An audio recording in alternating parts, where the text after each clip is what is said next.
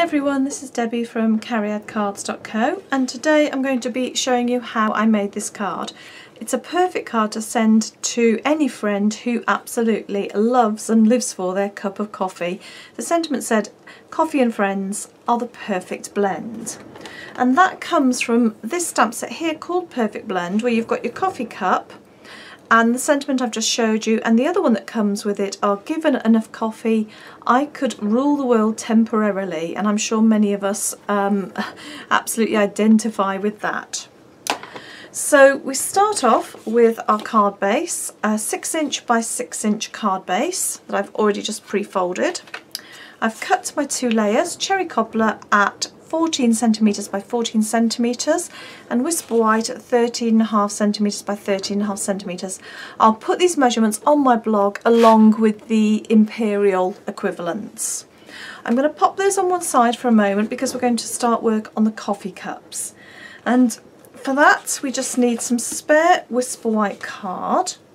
We need the coffee stamp from the Perfect Blend, and we need some basic black ink so that we can create our coffee cups. So just ink your stamp up, and we're going to be doing quite a bit of cutting, so the placement on the paper, the card, doesn't really matter. So ink that up, and we're going to need the lid from the white card and the cardboard sleeve that you pop on a coffee cup to protect your hands from the heat. And the rest of the coffee cup we're going to do in crumb cake, and I will show you what I did. There's a bit of cutting out involved, but none of it's very difficult. Right, what I also did, so I need these lids. I put a pattern, I put my own pattern onto these.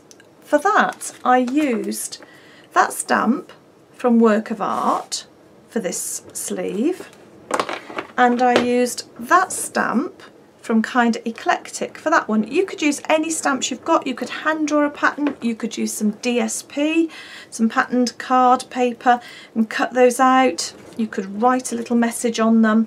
There's a lot of flexibility with that. Okay, so I'm going to use, where's my ink? I put it down here just a moment ago and it seems to have miraculously disappeared underneath my black. I knew I'd got it. So cherry cobbler ink. Okay, I'm just going to pop a bit of spare card under there just so you're not looking at odd bits of stamping all over my grid pad throughout the rest of the card. So I'm just inked my stamp up with cherry cobbler, and I'm just going to sort of roughly work out where that will be and just stamp on it. There's no right, no wrong positioning for that. Pop my stamp away, and I'll leave my ink out. I'm going to be using that again in a minute. And I've got Island Indigo for the other stamp. You can obviously choose your own colours and inks and stamps and patterns. That's the beauty of this card. You really can. There is a right and a wrong way. If you have a look at this closely, you can see that the letters are the right and the wrong way, and I do want it the right way up, otherwise it's going to look a bit strange. So just pop that on there. Perfect. Okay, put that away for now.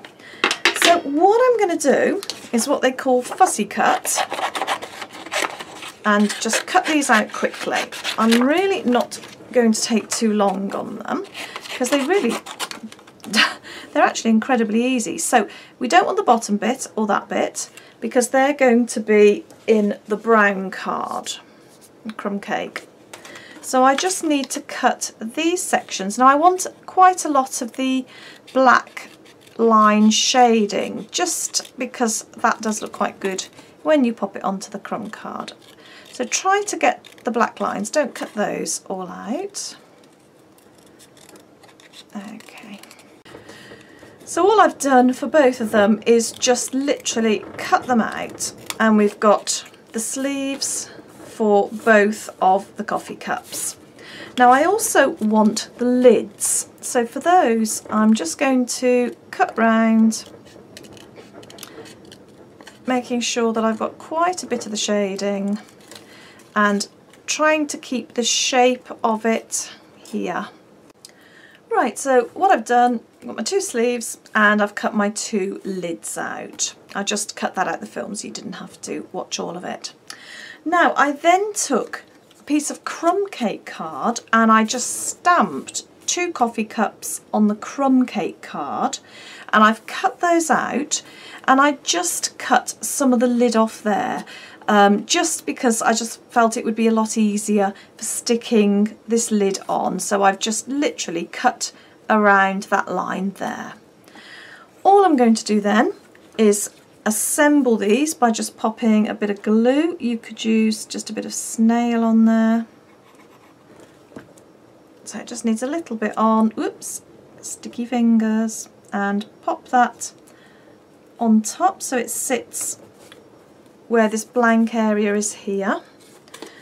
I do love stamps like this where you can really personalise them and put your own bits and bobs and colours on, because there's absolutely endless possibilities that way. So I've put my 2, I don't know what you call those, they're the cardboard sort of sleeve protectory heaty hand-holdy things. I'm sure somebody will be able to tell me what they're called. Okay, and this, so you're just looking for the same lines, the matching lines, so I'm just going to glue that onto there. And obviously there's nothing to glue this top bit onto because I've cut it away, just so there's not so much bulk. So I really just need a bit of glue just along the bottom on that one.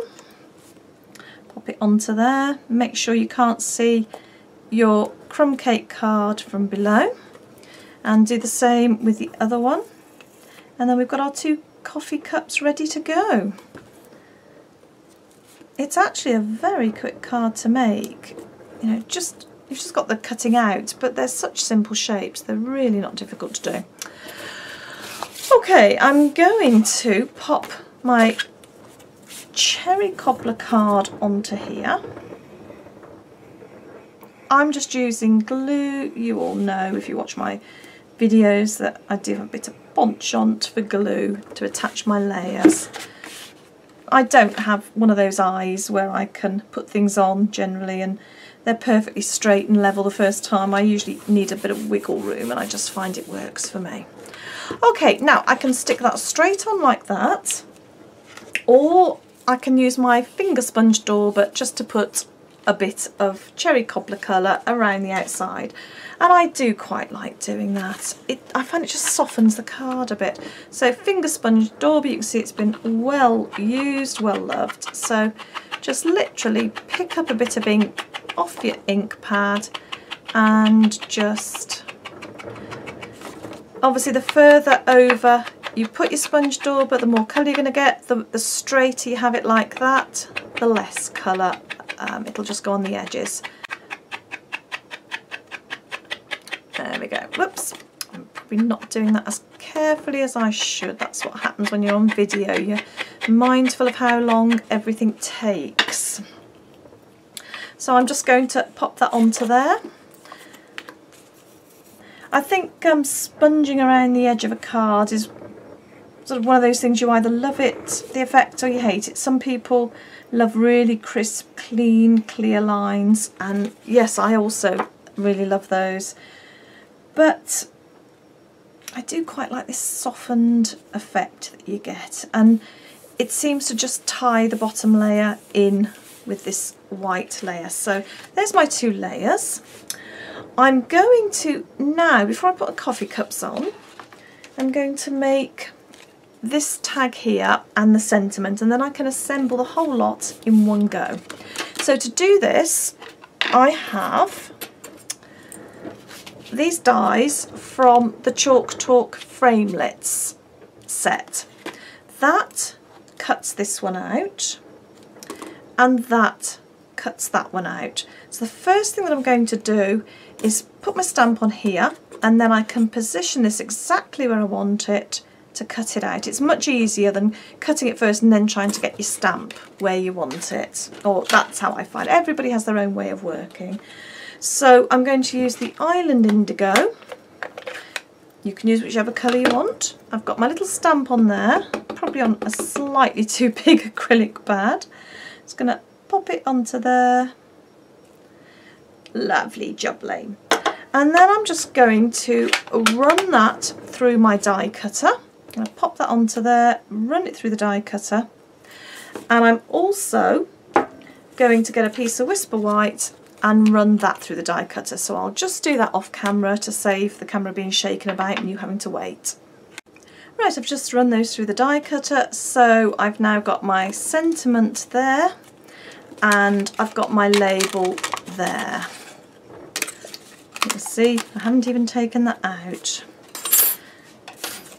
I'm going to just sponge around the edges of this one with the cherry cobbler. It would also look nice done in the Island Indigo. I've tried to do a bit of both. I did one with the cherry cobbler and I've done this one with the Island Indigo just to tie the two colours together. But this is all a matter of preference. So that's the cherry cobbler finished with. And Island Indigo is here. I'm such a mucky worker on my desk. I never put things back in a logical order.